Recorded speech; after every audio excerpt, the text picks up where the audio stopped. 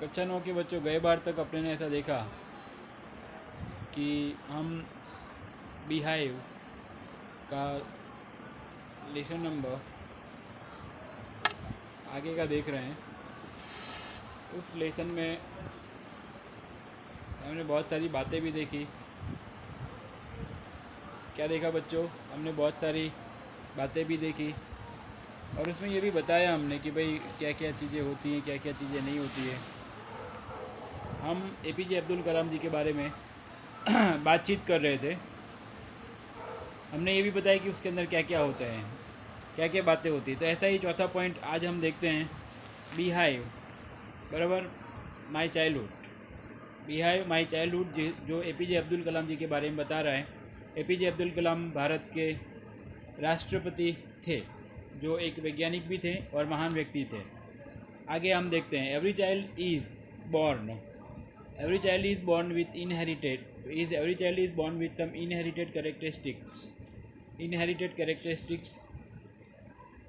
into a specific socio-economic and emotional environment and trained in a certain ways by figures of authority। यानी इनका कहने का मतलब ऐसा कि ये बताना चाहते हैं कि every child is born with some inherited characteristics. हर बच्चा कुछ न कुछ गुणधर्मों या तो कुछ न कुछ संस्कारों के साथ पैदा होता है into A socio economic and emotional environment. कैसा एनवायरनमेंट बच्चों? सोशियो इकोनॉमिक, सामाजिक, आर्थिक एवं भावनात्मक पर्यावरण में। कैसे पर्यावरण में? एवं भावनात्मक पर्यावरण के अंदर पैदा होता है। And trained in certain ways, और उसे कुछ निश्चित तरह से शिक्षित किया जाता है घर के कुछ मुख्य व्यक्तियों के द्वारा। ऑथोरिटी यानी मुख्य व्यक्ति। यहाँ पर आई inherited honesty and self discipline from my father. मुझे भी मेरे पिताजी के द्वारा ईमानदारी, सेल्फ डिसिप्लिन और स्वशिस्त मिला था। क्या मिला था? मुझे भी मेरे पिताजी के द्वारा ईमानदारी और स्वशिस्त मिला था। फ्रॉम माई फादर, मेरे पिताजी के द्वारा। आई इनहेरिटेड फेथ इन गुडनेस। हमेशा मुझे ये भी पता चला था कि अच्छे में विश्वास करना चाहिए। And deep kindness and show did my 3 brothers. And deep kindness, और मूलतः दया भी होनी चाहिए। ऐसा ही मेरे 3 भाई, सो माई 3 ब्रदर्स एंड सिस्टर्स, ऐसा ही कुछ मेरे 3 भाइयों और बहनों में भी देखने को मिलता था। तो यहाँ पर लेखक समझाना चाहते हैं कि मेरे माता पिता के द्वारा मेरे जन्म से ही मुझे ईमानदारी ऑनेस्टी यानी ईमानदारी और स्वशिस्त का जो एक गुड संस्कार था वो मिला था। ऐसे ही मेरे 3 भाइयों और बहनों के अंदर भी ऐसा ही देखने को मिला था। कितने भाइयों? 3 भाइयों और बहनों के अंदर भी ऐसा ही कुछ देखने मिला था। I had 3 close friends in my childhood. मेरे बचपन के अंदर मेरे 3 खास, यानी ऐसा कह सकते हैं कि मेरे परम मित्र थे। रामानंद शास्त्री, क्या नाम था बच्चों? रामानंद शास्त्री, अरविंदन एंड शिव प्रकाश। कौन कौन से 3 मित्र थे? रामानंद शास्त्री, अरविंदन और शिव प्रकाश। कौन कौन से मित्र थे बच्चों? रामानंद शास्त्री, अरविंदन एंड शिव प्रकाश।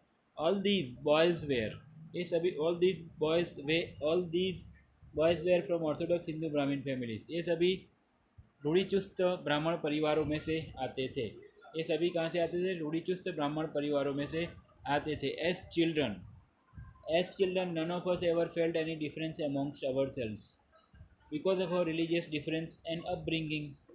बराबर, because of our religious and upbringing, हम अलग अलग हिंदू ब्राह्मण families. As a children, none of us ever felt any difference amongst us. हमारे अपने में से किसी ने कोई भी तरह का फेरफार या तो कोई भी तरह की अंतर नहीं देखा था, क्योंकि हम अलग अलग रिलीजियस डिफरेंस, अलग अलग धर्म में से आते थे और हमारा लालन पालन भी अलग अलग हुआ था। In fact Ramanand Shastri was the son of पक्षी Lakshman Shastri, the high priest। Pakshi Lakshman Shastri, the high priest of the Rameswaram temple. Ramanand Shastri Pakshi Lakshman Shastri के पुत्र थे, जो रामेश्वर मंदिर में मुख्य संत थे। पृष्ठ यानी मुख्य, ऐसा कह सकते कि महंत थे। लेटर ही took over the priesthood of the Rameswaram temple from his father. उसके पिताजी आगे चलने पर वह रामेश्वर मंदिर के क्या बने? मुख्य महंत बने। आगे चल कर के वे रामेश्वर मंदिर के मुख्य महंत बने। आगे हम देखते हैं थोड़े से ब्रेक के बाद। Thank you, see you.